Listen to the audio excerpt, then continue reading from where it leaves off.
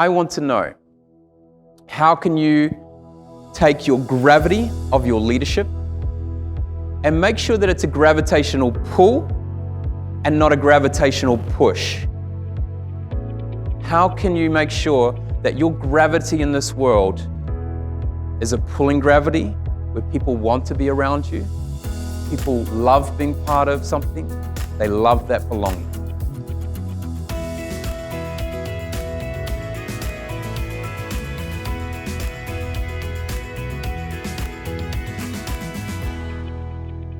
As leaders, we need to have a relentless pursuit. Otherwise, how will we achieve our dreams? How will we create success in our business? How will we ensure that we have great impact on the world? But it's really important. We can't just be relentless on its own. We need to make sure that not only are we relentless in our pursuit of success and excellence, we need to make sure that we are not ruthless and reckless. If you think about some of the most successful people in the world, yeah, they're all relentless, but there's some other sides to them that can go into a negative space that may destroy a culture, may destroy the mental health of a human being, may impact the world in a climate point of view in a negative way. Before I unveil what each one of them really means, let's take a look at this. Who in the room enjoys either playing tennis or watching tennis? Does anyone in here play tennis? We've got a couple of people who like tennis. Does everyone know who Roger Federer is? All right, so we know who Roger Federer is. Do we know who Rafa Nadal is?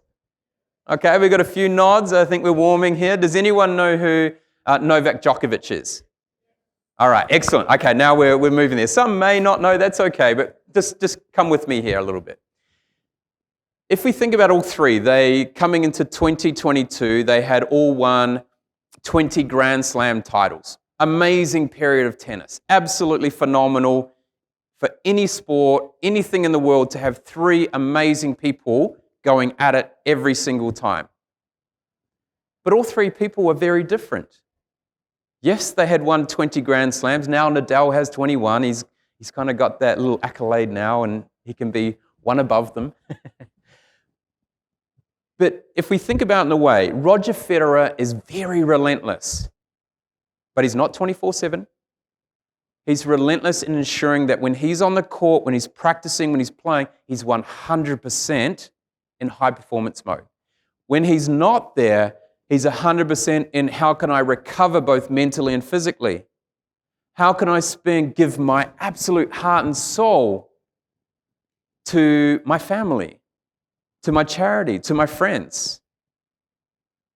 Yes, he was ruthless and reckless when he was a teenager. He used to smash the racket, and he used to have verbal abuse, and he was a naughty little brat. But he's changed.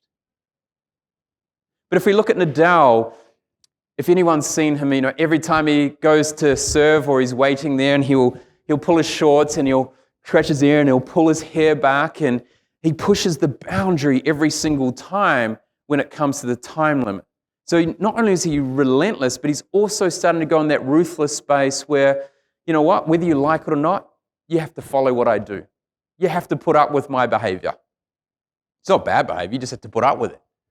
And then you get someone like Novak Djokovic. Now, he is probably one of the most high-performing athletes I've ever seen. His recovery strategies, the buses, the teams, the ice baths, the psychologists he has with him, amazing. But he is ruthless. You're coming with me no matter what, whether you like it or not.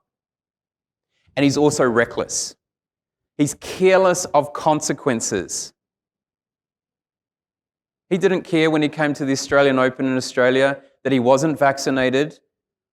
He wanted to get in there to play tennis. He didn't care whether that may affect other people, both in their thoughts, both in maybe in their health.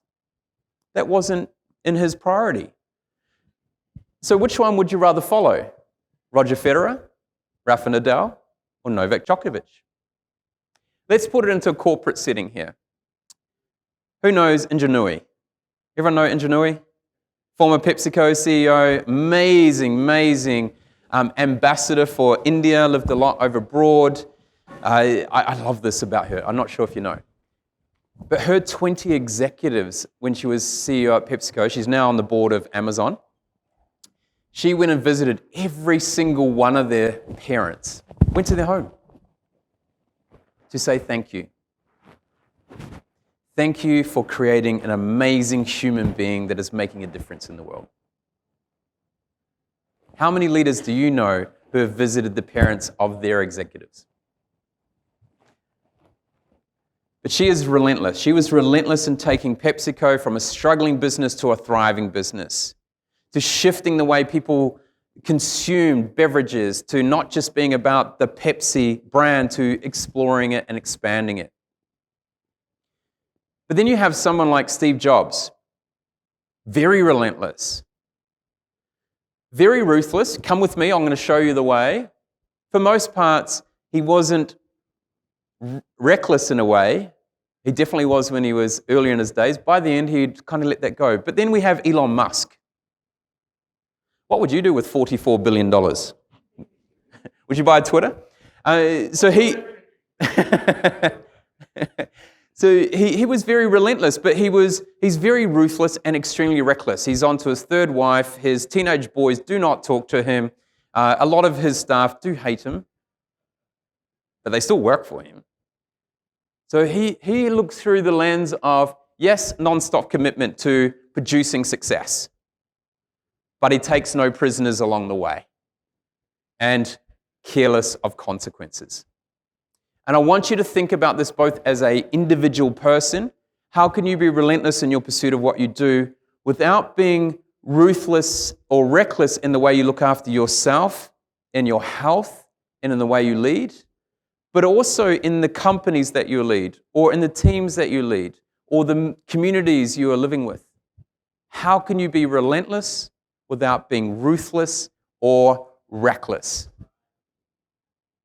I want to know, how can you take your gravity of your leadership and make sure that it's a gravitational pull and not a gravitational push?